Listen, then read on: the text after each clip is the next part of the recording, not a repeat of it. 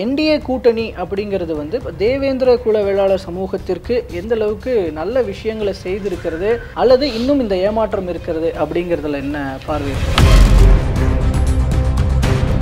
பட்டியல் வெளியேற்றம் வேணும்னு சொல்லி இப்போ நாங்கள் பிரதமர் வரைக்கும் இப்போ லெட்டர் போட்டிருக்கோம். நாங்கள் போய் சந்திச்சு பேசுகிறோம், எல்லா மந்திரிகளை பார்க்குறோம். அது ஒரு கோரிக்கை வச்சுருக்கோம். வேறு மற்றபடி மக்களுக்கெல்லாம் அது செய்வாங்க இது செய்வாங்கன்னு எதிர்பார்க்குறது நாங்கள் எங்களுடைய உரிமைகளே நாங்கள் பெறணுங்கிறத ஆசை. அந்த பட்டியல் வெளியேற்றம் அப்படிங்கிற விஷயத்துல தான் பாஜக வந்து ஏமாற்று வேலை செய்கிறதுன்னு இப்போ கிருஷ்ணசாமி அவர்கள் இப்போ 2 நாள் முன்னாலேருந்து பேச ஆரம்பிச்சாங்க.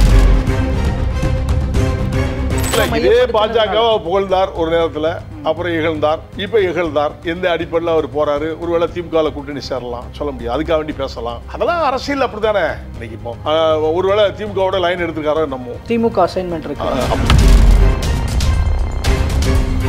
அப்போ பட்டியலினத்தை பற்றி பேசணும். அப்போ அதை அவங்க சர்வே பண்ணலை. இப்போ அதை பரிசீலனை பண்ணிக்கிட்டு இருக்காங்க. ஏன் அவங்க கேட்குறாங்க எஸ்சிலேருந்து ஏன் போகிறாங்க? அதுக்கு ஒன்று ஆராய்ச்சி பண்ணி தானே கொடுக்க முடியும். எல்லாத்தையும் கேட்டவுடனே எல்லாத்தையும் கொடுக்குறது அரசு பேர். அரசு இல்லையே, கேட்டவுடனே எந்த அரசும் கொடுக்காது. அதிகார பகிர்வு எதிர்பார்க்குறேன். அதிகார பகிர்வு வேணும்ல, எல்லாரும் எதிர்பார்க்கறது தானே. இப்போ இந்தியா அலைன்ஸ் பொறுத்த மட்டும் வந்து பிரதமர் மோடி வந்து தனி மெஜாரிட்டியில் ஜெயிச்சார். போன்றது மெஜாரிட்டியில் ஜெயிச்சா கூட இந்தியா அலைன்ஸ் கூட்டணியை பூரா மந்திரியாக்கி கூட்டணியை பூரா கையில் வச்சுக்கிட்டார். ஓட்டு மட்டும் நாங்கள் போடணும், கூட்டணி மட்டும் நாங்கள் வரணும், எங்களை அங்கீகாரம் மட்டும் ஏன் கொடுக்க மாட்டீங்க? கொடுங்களேன், என்ன தப்புன்னு. 2026 தேர்தலுக்காக எல்லாரும் இப்போ ஒரே புள்ளியில் இணையணும் அப்படிங்கிற விஷயத்தையும் அவர் சொல்றாரு கிருஷ்ணசாமி அவர்கள். அப்படி இருக்கும் பொழுது அந்த இணைப்புல உங்களுடைய பங்கு இருக்குமா?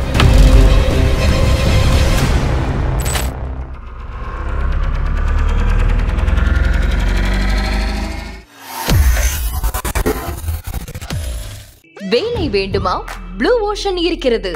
10th 12th டிப்ளமோ டிகிரி படித்தவர்களுக்கு உணவு, தங்குமிடம், இஎஸ்ஐ, பிஎஃப் இன்சூரன்ஸ் உள்ளிட்ட சலுகைகளுடன் அனுபவத்திற்கேற்ற நல்ல சம்பளம் 15,000 முதல் 30,000 வரை. பெண்களுக்கு முன்னுரிமை. 2,000க்கும் மேற்பட்ட வேலை வாய்ப்புகள் உள்ளன. இப்போதே தொடர்பு கொள்ளுங்கள். Blue ocean.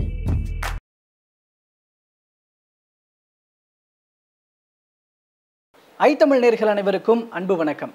இன்றைய சிறப்பு நேர்காணலில் நம்மோடு இணைந்திருக்கிறார் தமிழக மக்கள் முன்னேற்ற கழகத்தினுடைய நிறுவன தலைவர் திரு ஜான் பாண்டியன் அவர்கள். அவரிடம் தற்போது பேசுபொருளாக இருக்கிற சில அரசியல் நிகழ்வுகள் குறித்து விரிவாக பேசியிருக்கிறோம். பேசலாம்.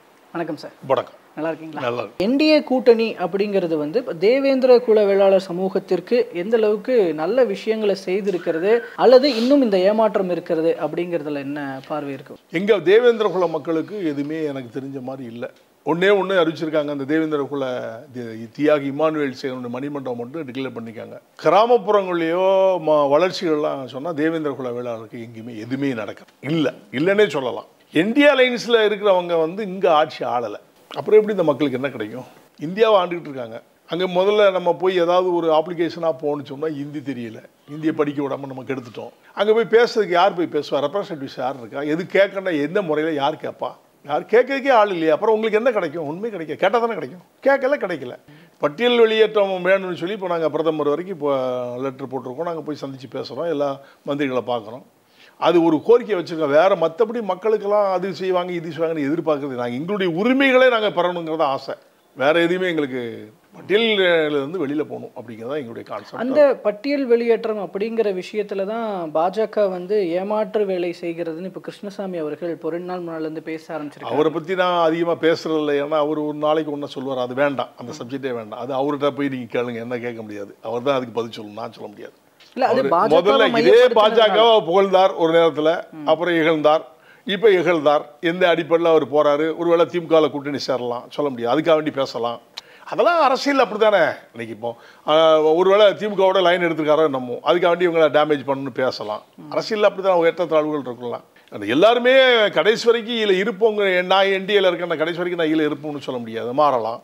அதே மாதிரி அவங்களும் மாறலாம். அந்த சூழ்நிலையிலும் ஒவ்வொருத்தர் அரசியல் தலைவர்கள் எடுக்கிற முடிவு தானே தவிர அதை முற்றிலும் முடிச்சுட்டாங்க அப்படின்னு மட்டும் நினைக்காங்க. எப்போ வேணாலும் எது நடக்கும். ஏன் இன்னைக்கு பேசணும் நாளைக்கு வாழ்த்த மாட்டாங்களா? அப்படிதான் நடந்திருக்குல்ல காலங்கள். கண்டிப்பா அரசியல்ல இப்போ மாற்றங்கள் இருந்துட்டே தலைவர்களை பேஸ் பண்ணி தலைவரை விட்டுறலாம். இப்போ கிருஷ்ணசாமி அவர்களை விட்டுறலாம். ஆனா அவர் சொன்ன அந்த விஷயம் அப்படின்னு பார்க்கும்பொழுதே இப்போ அந்த பெயர் மாற்றம் செய்யும் பொழுதே பட்டியல் வெளியேற்றமும் வந்து செஞ்சிருந்தா ஒரே வேலையா முடிஞ்சிருக்கும்ல, முற்றுப்புள்ளி அப்பவே வைக்கப்பட்டிருக்கும்னு கேட்கிறாரு. ஆனா அது குறித்த விஷயங்கள் வித்தியாசம் இருக்கு. 2 வித்தியாசம் இருக்கு. 7 உட்பிரிவுகளை உள்ளடக்கி பண்ணாடி பல்லார் குடும்பம் இந்த இதெல்லாம் உள்ளடக்கி 7 உட்பிரிவுகளை உள்ளடக்கி தேவேந்திர குல வேளாளர் என்ற அரசாணை இன்றைக்கி அரசாணை கொடுத்துட்டாங்க, ஞாபகம் வச்சுக்கோங்க. அதுக்கு கிடச்சிட்டு அப்போ பட்டியலினத்தை பற்றி பேசணும். அப்போ அதை அவங்க சர்வே பண்ணலை, இப்போ அதை பரிசீலனை பண்ணிக்கிட்டு இருக்காங்க. ஏன் அவங்க கேட்குறாங்க எஸ்சிலேருந்து ஏன் போகிறாங்க, அதுக்கு ஒன்று ஆராய்ச்சி பண்ணி தானே கொடுக்க முடியும். எல்லாத்தையும் கேட்டவுடனே எல்லாத்தையும் கொடுக்குறது அரசு பேர், அரசு இல்லையே. கேட்டவுடனே எந்த அரசும் கொடுக்காது. இதே சர்வே பண்ணுவாங்க, என்ன எப்படி எதனால இவங்க கேட்குறாங்க, இவங்க எப்படி இருந்தாங்கன்னு அதை ஆராய்ச்சி பண்ணணும்ல. தேவேந்திர குல வேளாளர்கள் வந்து பெரிய விவசாய பெருங்குடி மக்கள்னு ஆராய்ச்சி பண்ணி செய்து தான் தேவேந்திர குல வேளாளர்கள் பிரிஞ்சு கிடக்காங்க சேர்க்கணும்னு சொல்லி நரேந்திர மோடி அவர்களால் இன்னைக்கு நம்ம கொடுத்தாங்க, ஆனால் ஏற்றுக்கிட்டோம். அதே மாதிரி பட்டியல் வெளியேற்றம் இவங்க எதுக்காக கேட்காங்க, எதனால இவங்களை வந்து பட்டியலில் சேர்த்தாங்கிறத அவங்க ஆராய்ச்சி பண்ணணும். அதுக்கு நம்ம டைம் கொடுக்கணும்ல, கேட்டிருக்கோம், கொடுப்பாங்க. நம்பிக்கை தானேங்க. 40 வருஷம் கழிச்சு நமக்கு தேவேந்திர குல அரசாணை வந்தது, ஒரு இப்போ உடனே 4 நாளில் பட்டியலில் வெளியேறும். அதையும் ஆராய்ச்சி பண்ணி கேட்போம். அந்த ப்ராசஸ்க்கான பாசிபிலிட்டிஸும் அப்பவே இருந்தது. ஆனால் இல்லை அப்படிலாம் கிடையாது, அது பொய்யான தகவல், பொய்யான பாசிபிலிட்டி. அதை பற்றி நம்ம ப்ரெஷ்ஷே பண்ணலை. அப்போ வந்து நம்ம இதை தான் மெயினாக பார்த்தோம். இதை பட்டியலினத்தைங்கிறத விட எல்லாருமே தேவேந்திர குல வேளாளர்லாம் ஒரே அணியில் இருக்கணும், தேவேந்திர குல அரசாணை தான் நம்ம கேட்டுக்கிட்டே இருந்தோம். அப்போ பட்டியல் இனத்தை வந்து பேசணுமே தவிர ப்ரெஸ் பண்ணலை. இப்போ தான் எல்லாரும் ஒட்டுமொத்தமாக ப்ரெஸ் பண்ணுறோம். அதனால் கேட்டால் தான் கிடைக்கும், கேட்டுக்கிட்டு இருக்கோம், கண்டிப்பாக கிடைக்கும், நம்பிக்கை தான். இப்போ இந்த நேரத்தில் வந்து 2026 தேர்தலுக்காக எல்லாரும் இப்போ ஒரே புள்ளியில் இணையணும் அப்படிங்கிற விஷயத்தையும் அவர் சொல்கிறாரு கிருஷ்ணசாமி அவர்கள். அப்படி இருக்கும் பொழுது அந்த இணைப்பில் உங்களுடைய பங்கு இருக்குமா? நான் வந்து அரசியலுக்கு ஆட்சியாளருக்கு எதிரானவன் அல்ல, தமிழக மக்கள் மட்டும் எதிரானவன் அல்ல. தமிழக மக்கள் முன்னேற்ற கழகத்தை பொறுத்த மட்டில் எங்களுக்கு யார் அங்கீகாரம் கொடுக்கின்றார்களோ அவர்களோடு இணைவதற்கு நாங்கள் தயாராக இருக்கோம். அது எந்த கட்சியாக இருந்தாலும் சரி. அந்த சூழ்நிலையில் நாங்கள் இருந்துகிட்டு இருக்கோம். அது தேர்தல் காலகட்டத்தில் தான் முடிவு சொல்ல முடியும், இப்போ சொல்வதற்கு இல்லை. ஏன்னா செயற்குழு பொதுக்குழு தான் இருக்குது. இப்போ தான் செயற்குழு பொதுக்குழு போட்டு முடித்தோம், நல்லா இருந்துச்சு.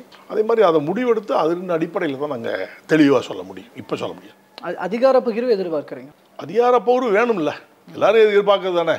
ஆனால் இது வரைக்கும் தமிழ்நாடை பொறுத்த மட்டும் இது வரைக்கும் காலங்காலமாக காமராஜ் காலத்தில் இருந்திருக்கு. ஆனால் அண்ணா காலத்துலேருந்து கொடுத்தது கிடையாது. கொடுத்தா நல்லது தானே. இப்போ இந்தியா அலையன்ஸை பொறுத்த மட்டும் வந்து பிரதமர் மோடி வந்து தனி மெஜாரிட்டியில் ஜெயிச்சார் போன்றிருப்போம். மெஜாரிட்டியில் ஜெயிச்சா கூட இந்தியா அலையன்ஸ் கூட்டணியை பூரா மந்திரியாக்கி கூட்டணியை பூரா கையில் வச்சுக்கிட்டாரு. இப்போ அதே மாதிரி எல்லாம் இந்தியா அலையன்ஸ் கூட்டணி ஃபுல்லாக தான் ஆட்சி ஆண்டுகிட்டு இருக்கு. அந்த நிலை தமிழ்நாட்டில் இல்லை. கொண்டு வந்தால் சந்தோஷம் தானே. கொண்டு வரட்டுமே, ஏன் கொண்டு வரக்கூடாதுன்னு நினைக்கிறீங்க? வரட்டில் ஆங்காங்கே சில கட்சிகள் அதை உறக்க சொல்ல ஆரம்பிச்சிட்டாங்க. அப்படி இருக்கும்போது எல்லாருக்கும் அந்த தேவையும் இருக்கிறது அப்படின்ற இப்போ வரைக்கும் ஓட்டு மட்டும் நாங்கள் போடணும், கூட்டணி மட்டும் நாங்கள் வரணும், எங்களை அங்கீகாரம் மட்டும் ஏன் கொடுக்க மாட்டீங்க? கொடுங்களேன், என்ன தப்புன்னு கேட்குறேன். எஸ், அந்த அதிகார பகிர்வில் இப்போ நீங்கள் வந்து எந்த அளவுக்கு அதில் ஸ்திரமாக இருக்கிறீங்க, அழுத்தமாக கேட்பீங்களா அப்படின்றத நான் கேட்குறேன். அதிகார பகிர்வு வேணுங்கிறது வந்து இப்போ சொல்லலை. இது பல ஆண்டுகளாக எல்லாரும் சொல்லிக்கிட்டு, எல்லா கட்சிகளும் சொல்லிட்டு இருக்கு, கூட்டணி கட்சிகள் அனைவரும் சொல்கிறோம். ஆனால் கூட்டணி வைத்து கொள்வார்களே தவிர அதிகார பகிர்வு கொடுக்க மாட்டாங்க, கொடுக்கல. இது தமிழ்நாட்டுடைய சாபம், மக்களுடைய நிலை அதுதான். கூட்டணி தலைமதி அவங்ககிட்ட போய் மண்டிட்டு கேட்டு சீட்டை வாங்குறோம், அந்த நின்றுவோம், அந்த போயிருவோம். இதுதான் நடந்துகிட்டு இருக்கு இது வரைக்கும். அதிகார பகிர்வு கொடுக்கல, அண்ணா காலத்திலிருந்தே கொடுக்கல. அப்படிங்கும் போது இப்ப கொடுப்பாங்களான்னு கேள்விக்குறிதான். ஆனா கொடுக்கணுங்க நாங்க விரும்புறோம். ஆனா இப்போ நீங்க இப்ப தேவேந்திர குல வேளாளர்கள்னு இப்போ அதுல சில அமைப்புகள் எல்லாரும் ஒன்று சேர்ந்து ஒற்றுமையா இருக்கிறதுக்கு எதிராக சதி செய்கிறார்கள்னு கிருஷ்ணசாமி அவர்கள் சொல்றாரு இல்லையா? அப்படிப்பட்ட ப்ராசஸ் வெளியில நடக்குது அப்படின்னு நீங்க நினைக்கிறீங்க? இல்லை, எனக்கு ஒன்றும் அப்படி ஒன்றும் தெரியல. ஒரு அரசியல் கட்சி வச்சுருக்காரு, நான் ஒரு அரசியல் கட்சி வச்சுருக்கேன். நிறைய கட்சிகள் நிறைய கூட்டுங்கள் சொல்லுறது தவறு. 10 பேர் சேர்ந்தால் ஒரு தலைவராக முடியுமா? அவன்கிட்ட பேக்ரவுண்ட்ஸ் மக்கள் வேணும் இல்லையா? அவர்கிட்ட பேக்ரவுண்ட் இருக்குது, என்கிட்ட பேக்ரவுண்ட் இருக்குது. 2 பேரை தவிர வேறு எந்த தலைவர்கிட்ட பேக்ரவுண்ட் இருக்குது நீங்கள் சொல்லுங்கள், நான் தெரிஞ்சுக்கிறேன். எனக்கு தெரிஞ்சு இல்லை, நீங்கள் தான் மீடியா தான் சொல்லணும். வேறு யாருக்கெல்லாம் தலைவர்கள் கிடையாது, அவங்களாம் உருவாக்கப்பட்டவர்கள். அவங்களா பேரை போட்டு பேனர் போட்டு நான் தலைவர் போடணும். இது ஒரு பெரிய விஷயமாக. இந்த விஷயத்தில் தான் இப்போ ரீசெண்ட்லி இப்போ நயினார் அவர்கள் சட்டமன்றத்தில் பேசினார்னு நினைக்கிறேன். ஸோ அது வந்து ஒரு செய்திகளாக செய்தி பேப்பரில் வந்ததுக்கப்புறம் தான் அவர் இத்தகைய அறிக்கையை விடுறாரு. இது மாதிரி சட்டமன்றத்தில் உறக்க குரல் கொடுத்துட்டாங்க அப்படின்றது. ஆனால் இது எல்லாமே ஒரு நாடகமாக, தேர்தல் வந்துட்டா போடுற ஒரு போலி வேஷமாக தான் இதை பார்க்கணும்னு அவர் மேற்கோள் காட்டுறாரு. இப்போ நீங்கள் ஆனால் பாஜக கூட ஃபேவராக இருக்கிற நீங்கள், இப்போ அவருமே ஒரு இடத்துல இருந்திருக்கிறாரு. ஆனா தற்போது அத்தகைய விஷயம் வந்து ஒரு நாடகம்னு சொல்றாங்க இல்லையா? யார் சொல்றா? கிருஷ்ணசாமி அவர்கள் தான். நான் அவர் கேட்கிற கேள்வி, அவர் சொல்றதெல்லாம் நீங்க அவர்கிட்ட கேளுங்க. நான் அது எந்த ஆஸ்பெக்ட்ல அவர் பேசுறாருன்னு சொல்லுவேன். நாளைக்கு இங்க கூட்டணிக்கு வரமாட்டாரா? திமுக கொடுக்கலாம், இங்க தான் வரணும். இப்ப திமுக அசைன்மெண்ட் போட்டிருக்கா, தகவல் தான். அது பொய்யா இருக்கலாம், உண்மையா இருக்கலாம், எனக்கு தெரியல. நம்ம பேசிட்டு இந்த மாதிரி பேசினா நம்ம அப்படியே திமுக போய் ஜாயின் பண்ணிடலாம், நம்ம கூட்டணியில போய் அவங்க கிட்ட சேரலாம் அப்படிங்கிற மாதிரி ஆஸ்பெக்ட்ல கூட அவர் செய்யலாம். திமுக அசைன்மெண்ட் இருக்கு அப்ப சொல்றாங்க, சொல்றதுதான் கேள்விதானே தவிர இதுக்கு முற்றுப்புள்ளி அல்ல. அதனால அவங்க ஏடிஎம்கேக்கு தாக்குறது, பிஜேபி தாக்குறது வேலையா இருப்பாரு. கடைசி நேரத்தில் இல்ல நாங்கள்லாம் அப்படிலாம் இல்லை இப்படின்னு ஒன்று சேர்றோம். இது அரசியல் நாடகம்னே சொல்றோம். அப்ப இது அந்த சூழ்நிலை எப்படிங்கிறத நம்ம இப்ப சொல்ல முடியாதுன்னே சொல்றேன். அதான் இப்ப தனக்கான ஒரு முக்கியத்துவத்தை பெறுவதற்கான ஒரு நெகோசியேஷனா இதை பார்க்கலாம். இருக்கலாம், அப்படி வேணா இருக்கலாம், நிச்சயமா இருக்கலாம். இங்க ஒரு சின்ன வியூ ஒன்று பார்க்குறாங்க. ஏன்னா அந்த ஆட்சியில் பங்கு அதிகாரத்தில் பங்குன்றதை முன்னிலைப்படுத்திலாம் இப்போ கிருஷ்ணசாமி அவர்கள் இதெல்லாம் பேசுறாரு. ஒரு பக்கம் அதிமுக பாஜக இந்த கூட்டணி இவங்களே சொல்றாரு, திமுக பக்கமும் ஒரு மாதிரியான பார்வை இருக்கு. அப்படின்ற போது ஒருவேளை விஜய் பக்கம் அவருடைய பார்வை திரும்பி இருக்கோ அப்படிங்கிற ஒரு கணக்கு எனக்கு தெரியல. இது அவர் தான் சொல்லணும். விஜய் பத்தி நான் சொல்றதுக்கு இல்லை, ஒன்றும் இல்லை. இப்பதான் வந்திருக்காரு, கட்சி ஆரம்பிச்சிருக்கிறாரு. அவருடைய மனநிலையை அவர் இன்னும் சொல்லவே இல்லை. நான் என்ன பண்ண போகிறேன் ஸ்டாண்ட் அவர் சொல்லிக்காரா? இது வரைக்கும் சொல்லலை. அப்படி இருக்க பட்சத்தில் அவர் என்ன நிலை எடுக்க போகிறாரு விஜய்ங்கிறது எனக்கு தெரியல. அதே மாதிரி அவர் என்ன நிலை, டாக்டர் கிருஷ்ணசாமி என்ன நிலை எடுக்க போகிறாருன்னு அவர் தான் சொல்லணும், நான் சொல்ல முடியும். நான் என்னுடைய நிலைப்பாடை நீங்கள் கேளுங்க, நான் சொல்கிறேன். ஒவ்வொருத்தருடைய நிலைப்பாடுகளை பற்றி நான் சர்வே பண்ணி சொல்ல முடியும், அது எனக்கு அவசியமும் இல்லை. ஓகே சார், பொறுத்திருந்து பார்க்கலாம். பல்வேறு நிகழ்வுகள், அரசியல் சார்ந்த நிகழ்வுகளுக்கு உங்களோட பார்வைகளை கருத்துக்களையும் பகிர்ந்து கொண்டமைக்கு நன்றி. நன்றி.